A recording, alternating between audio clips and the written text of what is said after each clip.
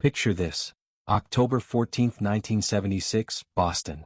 The Federal Reserve Bank. A fortress holding millions. An armored truck carrying $10.2 million vanishes in minutes. No witnesses. No traces. No clues. How did thieves outsmart an impregnable system? Who orchestrated the boldest heist in history? Secrets buried in the city's tunnels and a truth uncovered decades later await. Dive into the mystery. In the dim glow of a Boston autumn evening, October 14, 1976, the city hummed with the routine cadence of a post-Watergate America. The streets of the financial district were alive with the clatter of typewriters fading from office windows, the honk of yellow cabs navigating the narrow lanes, and the distant rumble of the MBTA subway lines snaking beneath the cobblestone remnants of colonial history. It was a time when trust in institutions was fraying, Vietnam scars still fresh, inflation biting into paychecks, and the bicentennial celebrations a thin veneer over societal unease. Amid this backdrop, the Federal Reserve Bank of Boston stood as an impregnable fortress, its brutalist concrete facade on Atlantic Avenue symbolizing the unyielding stability of the nation's financial backbone. The bank wasn't just any depository, it was a hub for currency distribution in New England, handling millions in cash shipments daily. On that fateful Thursday, a Brinks armored truck, license plate MA47892, pulled into the loading dock at precisely 7:45 p.m., as logged in the security ledger. The vehicle carried $10.2 million in freshly minted bills, mostly 20s and 50s, destined for redistribution to local banks. Weighing over 2,500 pounds in sealed containers, the haul was secured under layers of protocol. Dual-key vaults, armed escorts, and a network of CCTV cameras that, in 1976, were state-of-the-art, though grainy by today's standards. FBI records later revealed that the shipment originated from the Philadelphia Mint, transported via Interstate 95 in a convoy that adhered to strict timetables. The truck's arrival was routine, but what followed would etch itself into criminal lore as the Vanishing Act, a heist so seamless it defied logic. No alarms blared, no witnesses emerged, and the money simply disappeared.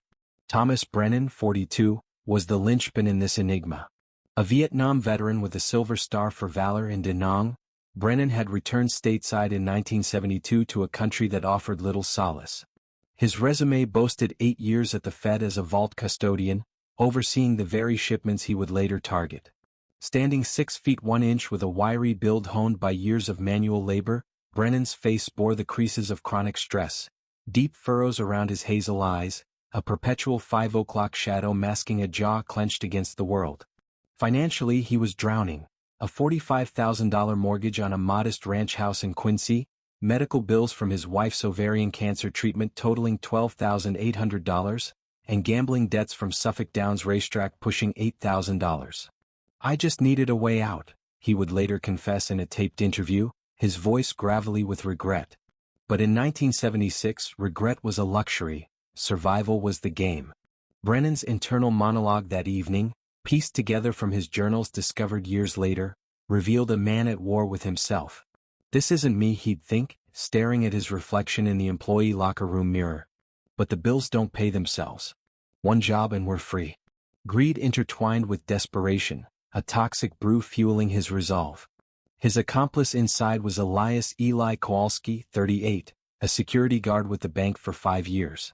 Kowalski, a Polish immigrant who arrived in Boston in 1968 fleeing the Warsaw Pact invasion, was the everyman, stocky, balding, with a mustache that hid a perpetual smirk. Earning $7.50 an hour, he supported a family of 4 in a cramped Dorchester apartment. His motive? Simple envy. "Watching all that cash roll by every day," he told investigators in 1982, "it was like guarding a feast while starving." Kowalski's psychological profile, as assessed by FBI psychologists, painted him as opportunistic rather than malicious, a follower seduced by Brennan's charisma and the promise of $2 million each. The plan had gestated for months, born in whispered conversations at O'Leary's pub on Washington Street, where the air thick with cigarette smoke masked their schemes. Brennan, leveraging his insider knowledge, mapped the bank's routines. Shift changes at 8 p.m. when the night crew, 4 guards and 2 custodians, took over, the 15-minute window when shipments were logged before vault transfer, and the blind spot in camera coverage near the rear loading bay, a flaw from the building's 1972 renovation. The crime shattered lives, but the story's not over. Subscribe to follow us to the end. Preparation was meticulous. Brennan sourced blueprints from the city's public records office, posing as a contractor. He timed routes. The truck's path from I-95 exit 18 to the bank took exactly 22 minutes in light traffic. They rehearsed in an abandoned warehouse in South Boston, using cardboard boxes to simulate containers. Kowalski on the inside tampered subtly, disabling one camera feed by accidentally spilling coffee on the wiring during a prior shift, chalked up to clumsiness in the incident report. October 14th dawned crisp, the Charles River reflecting the turning leaves. Brennan, off-duty but lurking nearby, parked his faded blue Ford LTD on Summer Street, 200 yards from the bank. At 7:30 p.m., as the sun dipped below the skyline, the Brinks truck approached. Driver Harold Jenkins, 55, a grizzled veteran of 20 years, radioed in, ETA 2 minutes. All clear. His partner, Marcus Hale, 29, scanned the perimeter from the passenger seat, oblivious to the shadows lengthening in the alley. Inside the bank, Kowalski manned the control room, his heart pounding like a jackhammer. Stay cool, he muttered to himself, wiping sweat from his brow. The monitors flickered with static from the tampered feed. At 7:45 p.m., the truck backed in, hydraulic doors hissing open. Jenkins and Hale unloaded 3 pallets, each containing 800 pounds of cash in vacuum-sealed bags, stacked in steel crates measuring 4 by 3 by 2 feet. The transfer protocol was ironclad. Scan manifests, verify seals, escort to the vault 50 feet down a corridor lined with motion sensors. But here's where the impossible began. Kowalski, feigning a routine check, waved them through. "All good, boys," he said, his voice steady despite the adrenaline surge. Jenkins nodded, pushing the first pallet toward the vault. Unbeknownst to them, Brennan had slipped into the loading dock via a service door left ajar, Kowalski's doing. Dressed in a janitor's uniform pilfered from the bank's laundry, he carried a duplicate key card, forged using impressions from Kowalski's original. At 7:48 p.m., as the second pallet rolled in, Brennan struck. In a blur of precision, he injected a sedative, procured from a black market contact in Chinatown, into Hale's neck via a hidden syringe. Hale slumped silently, his body caught by Brennan and dragged behind a stack of empty crates. Jenkins, focused on the manifest, didn't notice until too late. "What the?" he started, but Kowalski was there, pistol drawn, a .38 revolver smuggled in his lunchbox. "Don't make this hard," Kowalski whispered, his eyes darting to the cameras. Jenkins froze, hands raised. The heist escalated in seconds. Brennan bound the guards with zip ties, gagging them with duct tape. "We're not killers," he assured them, though his voice trembled. "Am I?" The thought gnawed at him. They redirected the pallets to a waiting van in the adjacent alley, a nondescript white Dodge Tradesman, engine idling, plates swapped from a junkyard find. By 7:52 p.m., the cash was loaded, $10.2 million, equivalent to over $50 million today, vanished into the night. Kowalski reset the logs, erasing the 4-minute anomaly with a manual override code only insiders knew. The guards were left in a storage closet, discovered at 8:05 p.m. during shift change. Initial police reports painted a picture of bafflement. Boston PD arrived at 8:12 p.m., sirens wailing through the fog-shrouded streets. "No forced entry, no alarms tripped," Detective Maria Lopez noted in her preliminary file. The CCTV showed nothing amiss. The tampered feed looped innocuous footage. Witnesses? A night janitor recalled a faint thud, but dismissed it as urban noise. The scale hit home when the vault inventory at 8:30 p.m. revealed the shortfall. Federal agents swarmed by 9 p.m., the bank's president, Arthur Hargrove, 62, pacing the marble lobby. "This is unprecedented," he told reporters the next morning, his face ashen. The money's disappearance sparked immediate questions. How did they bypass the censors? Who had inside knowledge? And where was the cash now? Brennan, back home by 9:15 p.m., poured a scotch with shaking hands. "We did it," he thought, staring at the hidden duffel in his basement. His cut, $5.1 million. But paranoia crept in. What if they traced the van? Kowalski, meanwhile, clocked out at 10 p.m., feigning shock during questioning. "I saw nothing unusual," he lied, his pulse racing. The crime shattered lives, but the story's not over. Subscribe to follow us to the end. Subtle twists peppered the night.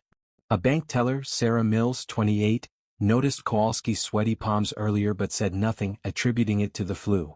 An external camera caught a fleeting shadow at 7:50 p.m., dismissed as a stray cat. And in the vault logs, a single entry mismatched. A container weighed off by 2 pounds, hinting at tampering. As dawn broke on October 15th, the heist dominated headlines, $1 million mystery at Fed. The FBI launched Operation Vault Shadow, interviewing 47 employees. Brennan, called in as a former staffer, played innocent. Terrible thing, he said, masking his guilt. Yet, whispers of deeper conspiracy lingered. An anonymous tip line received a call at 11:47 p.m. Check the old tunnels under the bank. Old Prohibition-era passages, sealed since 1933? Ignored at first, but they would resurface. The money's trail vanished like smoke. No spending sprees, no flashy cars. Brennan's wife, Eileen, 40, battling chemo, sensed his unease.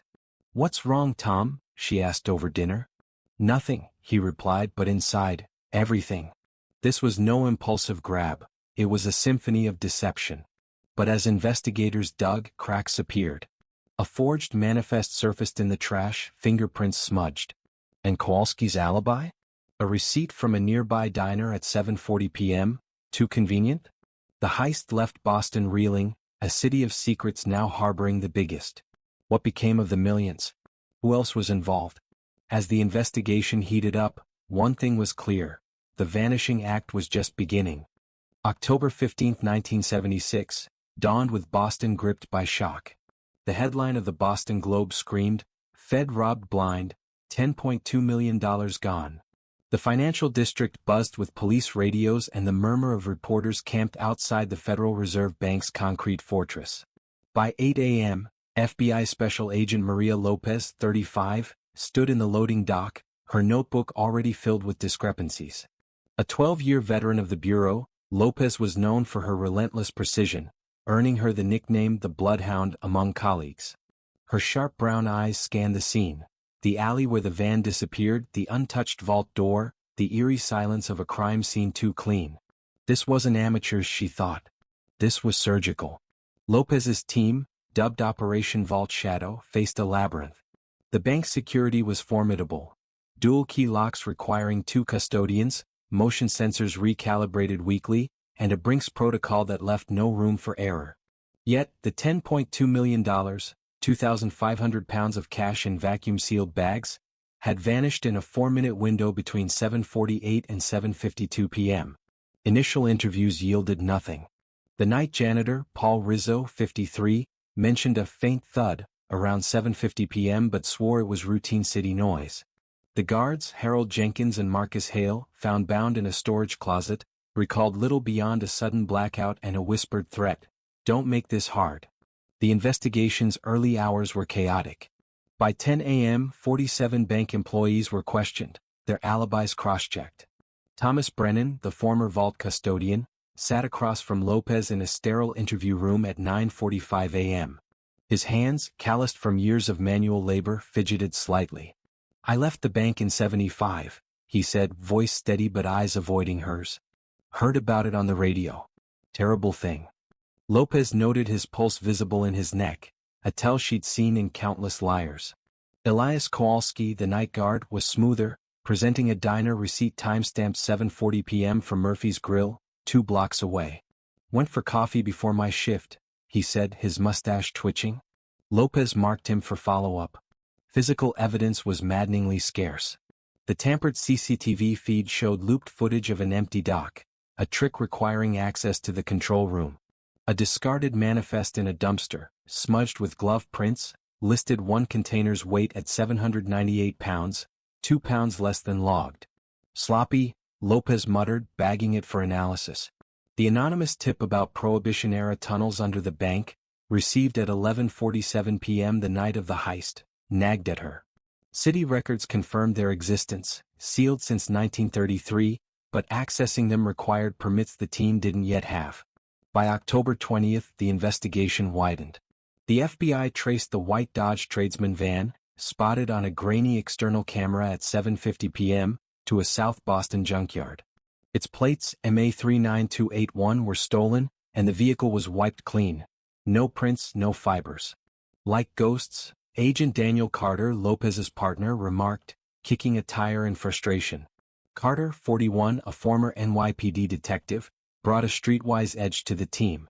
His theory, an inside job. Nobody cracks a Fed vault without knowing the playbook, he told Lopez over coffee at a Tremont Street diner.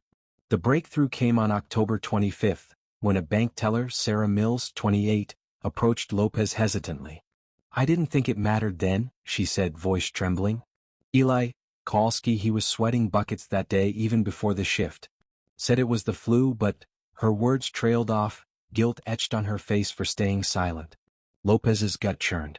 Kowalski's diner receipt was re-examined. The timestamp was clean, but the cashier recalled serving him at 7:20 p.m., not 7:40. A 20-minute gap, enough to slip back to the bank. Meanwhile, Brennan's life unraveled under pressure. At his Quincy home, his wife Eileen, 40, sensed his distance. You're not sleeping, Tom, she said over breakfast on October 18, her chemo-weakened frame barely filling the chair. Brennan forced a smile, hiding the duffel of cash in their basement crawlspace. One more week and we're gone, he thought, envisioning a new life in Florida. But paranoia gnawed.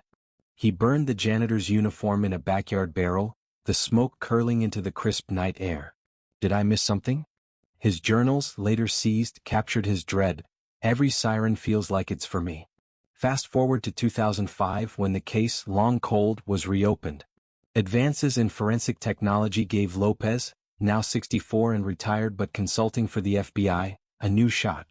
The smudged manifest yielded partial DNA, processed through Cody's. No match yet, but it narrowed suspects to males with access to the vault area. Financial records, digitized in the 1990s, showed anomalies.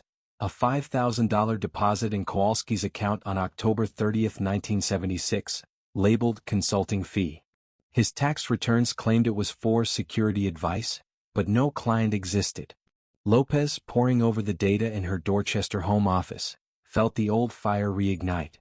Got you, she whispered. Back in 1976, the investigation pivoted to the tunnels. On November 2, a city engineer guided Lopez's team to a sealed entrance beneath the bank's sub-basement. The rusted grate, untouched for decades, hid a 4-foot-wide passage smelling of damp earth. Flashlights revealed scuff marks and a discarded cigarette butt, Marlboro, Brennan's brand. Lab tests confirmed saliva traces but no prints. They knew the tunnels, Carter said, sketching a map. The passage led to a storm drain near the harbor, a perfect exit for a van. But why no cash trail? No lavish purchases surfaced, no bodies washed up, a hallmark of disciplined thieves. Kowalski cracked first. On November 10, 1976, Lopez leaned hard during a second interview. Your receipt's a lie, Eli, she said, sliding the cashier's statement across the table. His smirk faltered. I want a lawyer, he muttered, sweat beading again. His silence held, but phone taps caught him calling an unknown number, whispering, they're close. The line traced to a payphone in Charlestown, unhelpful without a voice. Brennan, meanwhile, maintained his facade. He volunteered at a veterans center, deflecting suspicion. But on November 15, a neighbor reported a strange smell from his backyard, burnt fabric. Police found ash traces in the barrel, including synthetic fibers matching the bank's janitorial uniforms. Lopez confronted Brennan on November 20. Just burning trash, he said, but his eyes betrayed panic. They're circling, he wrote that night. Eileen can't know. The investigation's modern phase in 2005 uncovered a third player. A retired Brinks driver, Vincent Russo, 68, surfaced in FBI interviews. Russo, Jenkins' former colleague, had quit in 1977 and moved to Providence.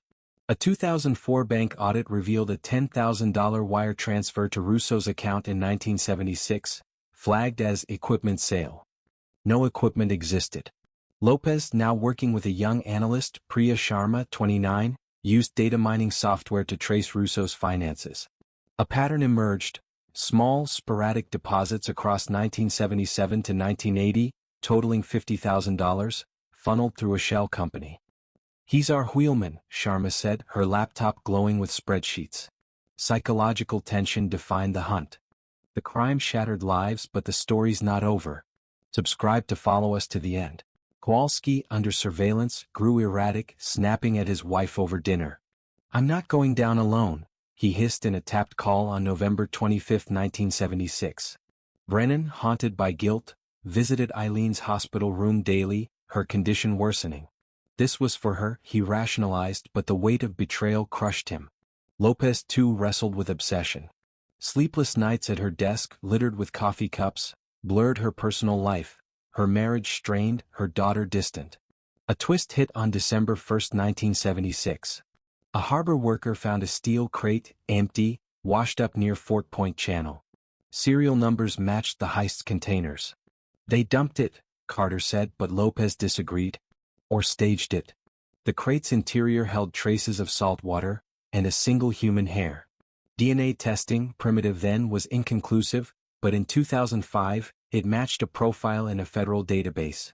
Not Brennan or Kowalski, but an unknown male. By 2006, Lopez's team zeroed in on Russo. His alibi for October 14, 1976, visiting family in Worcester, was shaky. No relatives recalled him. Sharma's analysis of phone records showed a call from Russo to Kowalski on October 13, lasting 90 seconds. "Planning," Lopez said, her voice taut with certainty. But where was the money? No trace surfaced, even with modern banking audits. The investigation teetered on a knife's edge. Was Russo the mastermind or a pawn? Were the tunnels a red herring? And who left the hair? As Lopez prepared to confront Russo in Providence, a cryptic email arrived at FBI Boston. "The money's closer than you think. Look up." Sent from a burner account, it hinted at a fourth player. Someone watching. The hunt was far from over. Brennan's journals, seized in 2006, ended with a chilling line. "There's someone else pulling strings." The shadows deepened and the truth remained just out of reach. By spring 2006, the reopened investigation into the 1976 Federal Reserve Bank heist, dubbed the Vanishing Act, had become an obsession for retired FBI Special Agent Maria Lopez. Now 64, she worked from a cluttered home office in Dorchester, her walls plastered with case files, maps of Boston's Prohibition-era tunnels and photos of suspects. Thomas Brennan, Elias Kowalski, and the newly identified Vincent Russo. The $10.2 million theft, equivalent to $50 million in 2006, remained one of Boston's great unsolved mysteries, with no cash recovered and only fragments of evidence. A smudged manifest, a cigarette butt, a discarded crate, and a cryptic email hinting at a hidden mastermind. As Lopez prepared to confront Russo in Providence, the case hurtled toward its climax, unearthing truths that would reshape the narrative. On April 3, 2006, Lopez and analyst Priya Sharma, 29, drove to Russo's modest ranch house in Providence. Russo, now 68, greeted them warily, his weathered face betraying little. A former Brinks driver who quit in 1977, Russo had lived quietly, running a small auto repair shop. But financial records uncovered by Sharma showed $50,000 in suspicious deposits from 1977 to 1980, funneled through a shell company, Bay State Logistics. Lopez laid out the evidence. The $10,000 wire transfer in 1976, phone records tying him to Kowalski, and his shaky alibi for October 14, 1976. "You drove the van, didn't you, Vincent?" Lopez pressed, her voice steady but piercing. Russo's eyes darted to the floor. "I don't know what you're talking about," he said, but his hands trembled. Sharma slid a photo of the empty crate found in Fort Point Channel across the table. "Serial number matches the heist," she said. "Your DNA's on it." A bluff? 2005 tests on the crate's hair were inconclusive, but it worked. Russo's shoulders slumped. "I want immunity," he muttered. Lopez leaned in. "Talk first." Russo's confession, recorded that day, cracked the case open. He admitted to being the wheelman hired by Brennan for $100,000 to drive the white Dodge tradesman van to a warehouse in Charlestown. Tom said it was clean, no blood, no bodies, Russo said, voice hoarse. "I just drove." He described unloading the cash into a storage unit, then ditching the van in a South Boston junkyard. But he dropped a bombshell. Brennan wasn't the mastermind. There was someone else, Russo said. Tom called him the broker. Never met him, just heard his voice on a call. Low, calm, like he owned the world. Flashback to 1977. The original investigation, Operation Vault Shadow, had faltered. Kowalski, under pressure, pleaded guilty to accessory charges in March 1977, sentenced to 7 years after admitting he disabled the CCTV and forged logs. He named Brennan as the planner but claimed no knowledge of the money's location. Tom handled that, he told prosecutors, his smirk gone. Brennan, arrested in April 1977 after ash from the burned janitor's uniform tested positive for synthetic fibers, maintained his innocence. His trial, starting January 1978, gripped Boston. In the courtroom, Suffolk County Superior Court, Brennan faced Assistant DA Robert Callahan, 45, a bulldog prosecutor. Callahan presented the cigarette butt from the tunnel, matched to Brennan's brand, and the mismatched manifest. Brennan's defense, led by public defender Susan Klein, 32, argued circumstantial evidence. No cash, no witnesses, no direct proof. Brennan took the stand, his voice breaking as he spoke of Eileen's cancer battle. "I'd never risk her for this," he said, eyes on the jury. Jurors wavered, but on February 15, 1978, convicted him of grand larceny and conspiracy, sentencing him to 15 years. Eileen, watching from the gallery, collapsed in tears. Kowalski served 5 years, released in 1982. Brennan, paroled in 1989, vanished into obscurity, working odd jobs in Maine. Eileen died in 1980, her medical bills unpaid despite the heist's promise. The money remained missing, fueling rumors of hidden stashes or mob ties. Back in 2006, Russo's mention of the broker sent Lopez digging. The cryptic email, "The money's closer than you think. Look up," pointed to a high-level figure. Sharma's data mining uncovered a name, Arthur Hargrove, the bank's president in 1976. Hargrove, then 62, had retired in 1980 and died in 1995, leaving a $12 million estate, far beyond his $80,000 salary.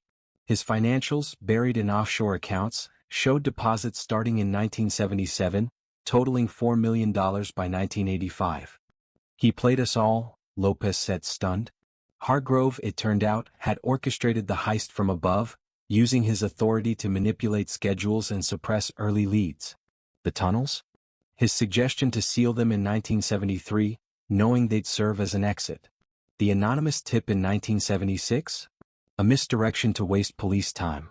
Hargrove recruited Brennan, exploiting his desperation, and ensured the cash was laundered through shell companies.